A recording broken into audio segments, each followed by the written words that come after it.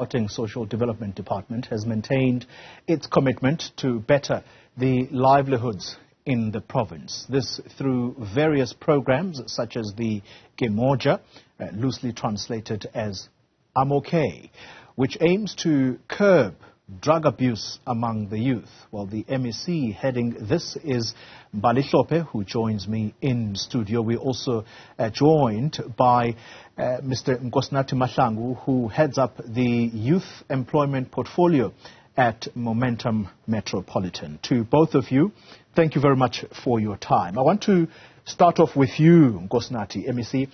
Mr. Nkosinathi is on the screen there. You have been talking about what you have termed generational poverty. What is generational poverty and what causes it, or what has caused it in South Africa at least, to be so rampant? Thank you so much, Polly, and greetings to all the Newzroom Afrika viewers. Generational poverty, sadly, usually refers to families or households that have a long history of poverty, and we're talking about a span of 2 to 3 generations. And this was also, partly caused by our very dark history of South Africa, and it continues, to be a hurdle for generations and young people per se, because of the unstable economic and political landscape that the country is currently going through. Yeah. MEC, let's come to you. Yeah. What role can government play to break the cycle of generational poverty?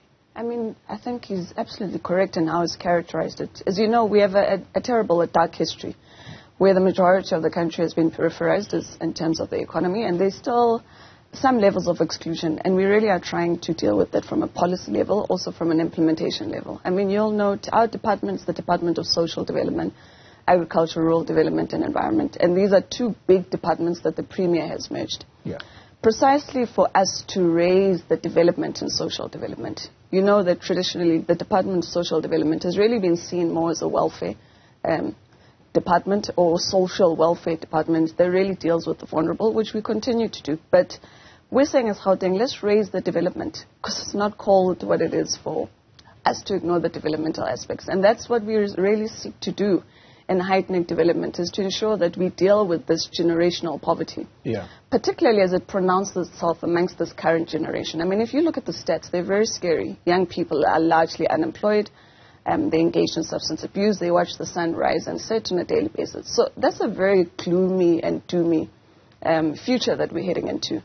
And part of what we seek to do is to really give the department a facelift so that it speaks more to the majority, and a lot more people are able to gravitate within it. Yeah. Not just the elderly, those with HIV and the sickly, really, which we continue to take care of, but we are focusing more on skills development, and that is a critical aspect of the work that we're doing.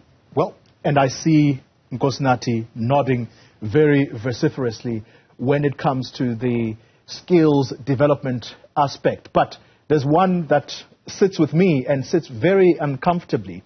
The MEC saying, young people watch the sun rise and the sun set, and then they get absorbed into all manner of things that they shouldn't be involved in.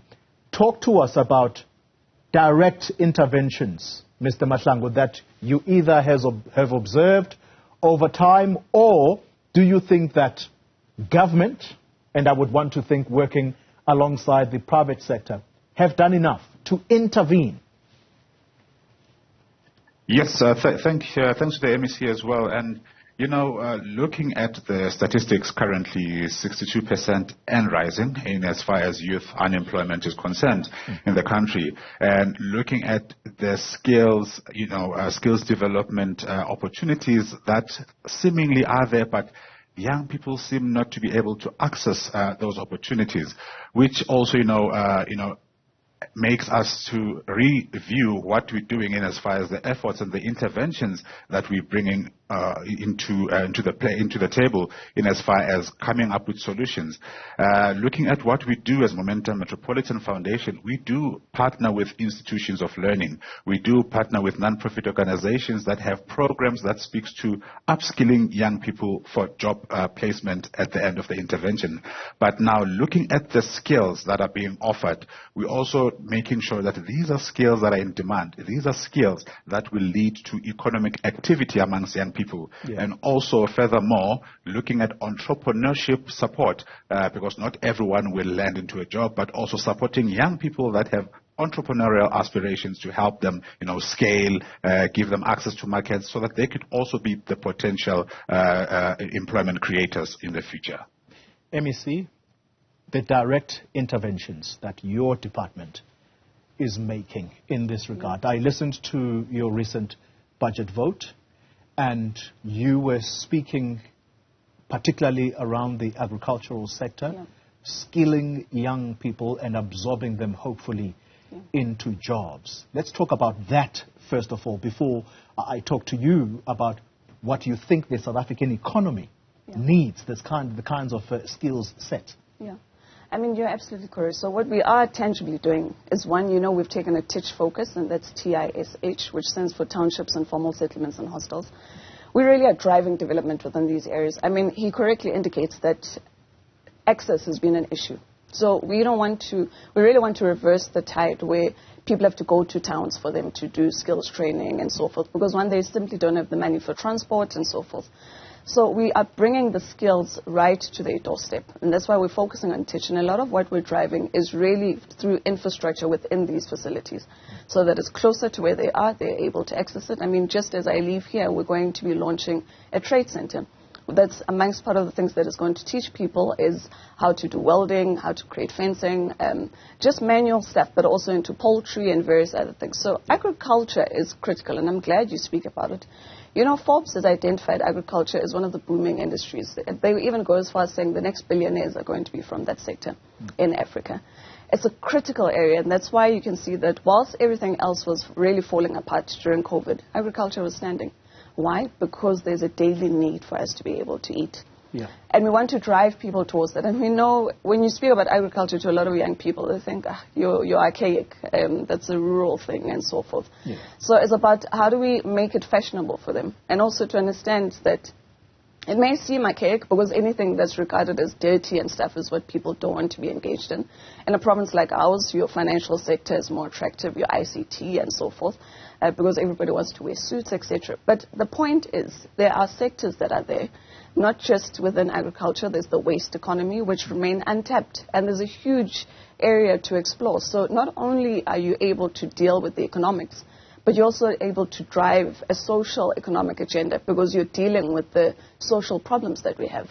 Let me ask you, what level of skills, as you go around communities in Gauteng, picking up young people and trying to absorb them into such programs as you explain, the level of skills that these young people either have or do not have? I mean, I've heard something so shocking, but it actually shouldn't be shocking, and that is that a 35 to 40-year-old who has never worked a day in their lives, and all that they do all day is possibly get involved in substance abuse. Is that a correct interpretation of what I am hearing and reading? Yeah. What you're saying is really the reality. I mean, the stats also reveal the majority of our people are lowly skilled. And some of them, as you're saying, it's quite possible that you're finding lots of young people, even in their 30s, who are no longer characterized as young people, who have never really worked. How do you help a person like that? A 40-year-old who probably has lost hope that they will ever find a job simply because they are not skilled or they have not gone to school. And have no experience. So these are precisely the people that we want. So you know that we launched our 6,000 campaign. I mean, our premier is known as 6,000. So our department was one of those. And we took in 6,000 individuals, lowly skilled.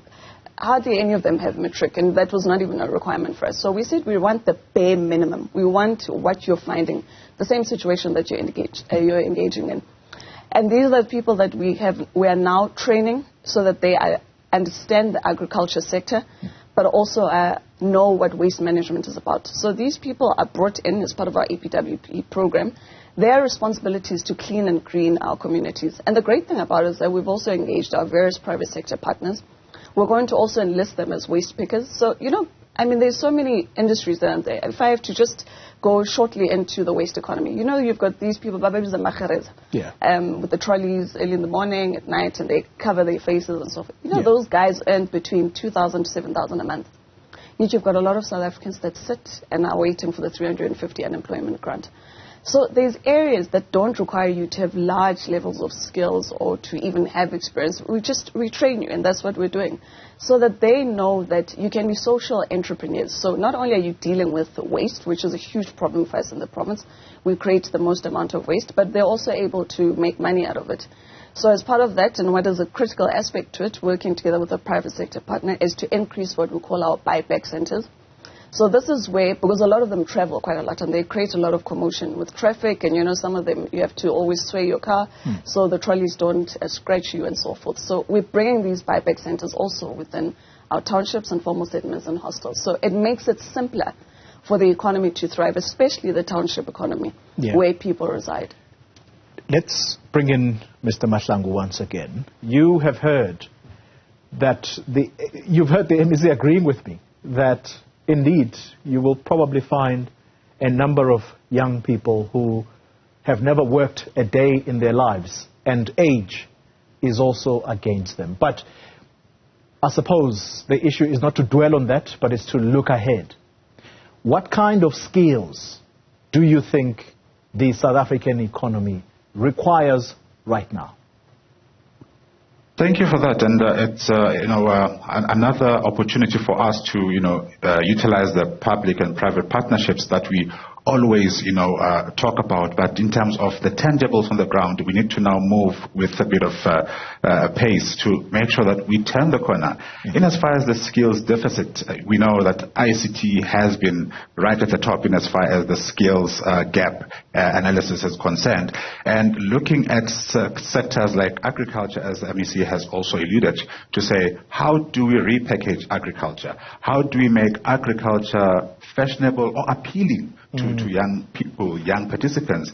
And, as Momentum Metropolitan, what we also do, especially in the agri space, in one of the programs that we have, we're also looking at gender parity. We know that black women are also part of the vulnerable group in as far as the statistics are concerned, where there is more economic inactivity in that particular designated group. So we're trying to bridge the gender gap in areas or, economies, sectors that are predominantly male or historically male-dominated, and saying, how do we make sure that we strike a balance to say, young people, here are the opportunities. Here is how to access opportunities, and also how do we bridge the gender gap. And I think, as the MEC has mentioned, that programs similarly to what the Premier has launched recently, we need to make sure that we go to where the people are, and we make access, application processes as simple as possible, as we know that mostly are on online platform, and we know that data is another challenge in as far as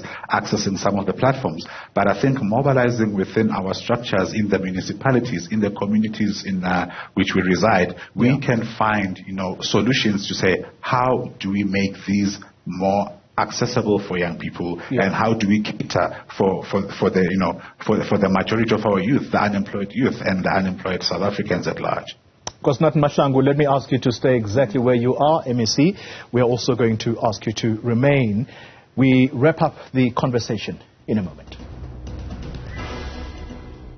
You're watching Newsfeed AM. If you're just joining us, you find us at the tail end of a conversation about youth unemployment in the province of Gauteng, and with us is the MEC of Social Development, Agriculture and Environment, Mbali Hlophe. Alongside her is Nkosinathi Mahlangu. He is with the Momentum Youth Empowerment portfolio. He is the head of that. Let's pick up with you, MEC, because before we went on a break, Mr. Mahlangu was talking about various skills or perhaps training that young people get into, but it may no longer be relevant. But I'd like to sway the conversation towards those who, yes, may not be employed right now and probably are uninterested in finding a job. If anything, they actually want to start their own thing. You and I know that there are institutions, public institutions, as in government-led, NYDA, and you name them, they are there. Those are there to specifically help young entrepreneurs, because small businesses also help in absorbing young people without skills. What have those done over time?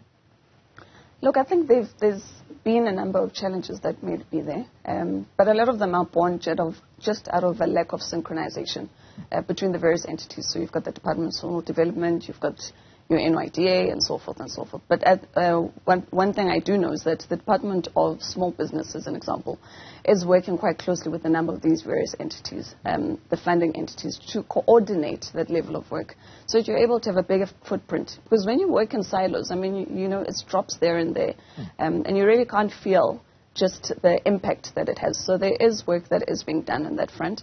But in terms of our department, I mean, as I was indicating, we work with those that are vulnerable. But ours is really to give a paradigm shift to the department so that it's not viewed as a welfare department that gives grants and so forth. But it's about how do we make sure that we build a generation of individuals that are not dependent on the state.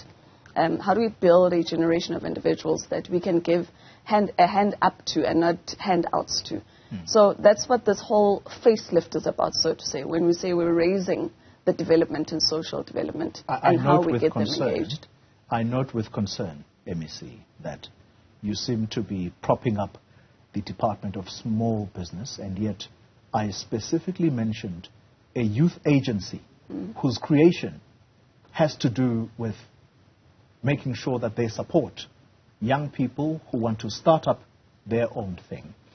The reason I'm focusing attention there is that we are in the Youth Month. Those people are going to be in platforms such as this one saying that this is what we have done, but results on the ground does not match what they are saying publicly. So again, I ask, is there still relevance for organizations such as the National Youth Development Agency? If so, what is it? There certainly is. I mean, if you consider that young people do make up a huge population in the country, and certainly in our province, Gauteng is a youthful province. But what I think what you're identifying is where the weaknesses would be, and that's where all of us need to play a role. So you've got the National Youth Agency, and they do their part, but they don't have the budget to cover all young people. We'd be lying if we said they do. But they have the budget to cover themselves, to cover their salaries. Look, I mean, of course, you've got some employees that are there, but I'm saying, practically speaking, we've got a large population of young people, and they simply can't, as the NYDA alone, be able to cover the great majority of them. And they do need assistance from all our departments, and all of us are playing our part. I mean, Premier and Gauteng will be announcing further work employment opportunities that we're bringing, and targeted at young people. And this is for all departments, because we're consolidating all of that work to make sure that as he speaks and he addresses, he's able to tell people of the quantum of work that we're doing, and not just what we would as individual departments. I'm going to bring in Nkosinathi in a moment as we wrap up the show. A direct question around a particular project. You spoke about Aboma Klereza. These are the guys who pull trolleys on the side of the road, basically recyclers. There was a project of a similar nature in Ekurhuleni. I can't remember the exact name for it, but what I know is that Bulemabe, the former spokesperson of the ANC, was one of the people. Aha, now you remember that project. Whatever happened to that project? Because this was targeted at these very people to say, we're going to give you something that is going to make your job easier, because they pull these things, but they are also a distraction on the road. Whatever happened to that? So that project was there, and you know that it's been all over the news that it had to undergo a number of investigations. So it's still at that phase and being finalized, so we really don't talk much about it. But what I can indicate is that we have identified of the various initiatives that were there, like I was talking about your waste pickers. And part of the things, instead of creating vehicles where they drive around, and I was saying the biggest problem is the distances they have to travel to these buyback centers. By bringing them closer to where people are, you're able to get not just the waste pickers involved, but everybody, community at large. So everyone can begin to say, what is taking place and how do we get involved in waste? So in your own household, or if you've got a shebeen close by, they make a lot of bottles that they waste and so you can be able to utilize that and turn that into wealth. And that's what we're doing by bringing these buyback far closer. Nkosinathi, let's conclude the conversation with you. I mean, I've asked the MEC specific questions around certain projects, but the sum total of what I want to ask you is these entities that are there, NYDA, for example, to prop up young people who want to start their own businesses. Do you think that they are working effectively? Thank you for that question, Polly. What I'll do firstly is to agree with MEC to say there is a role for them to play. In as far as effectiveness, I think there is plenty of room for improvement in that regard. As when we're looking at entrepreneurship, we also need to make sure that we unpack entrepreneurship from high school level so that post-high school young people can also understand what options are available for their economic activity aspirations, and also move away from looking at entrepreneurship via the tender processing pathway, but looking at how can we also utilize identify social gaps that can also become the foundation on which we build entrepreneurial projects or aspirations for young people. And touching on the NEET group, they're not employed, not in education, not in training group. That is where the bulk of the unemployed, unskilled young South Africans are. So we need intervention programs that will also, touch on those who have given up in terms of job searching, those who are unskilled at all, to say what programs are being put in place for us, private sector and the public sector, to come join hands to say these are the moving targets that we're aiming towards, but here is the map that we will follow in making sure that we deliver on those milestones. Nkosinathi Mahlangu, let me thank you very much for your time. He's a Youth Employment Portfolio Head at Momentum Metropolitan and the MEC for Social Development, Thank you. Mbali Hlophe. Thank you very much for your contribution.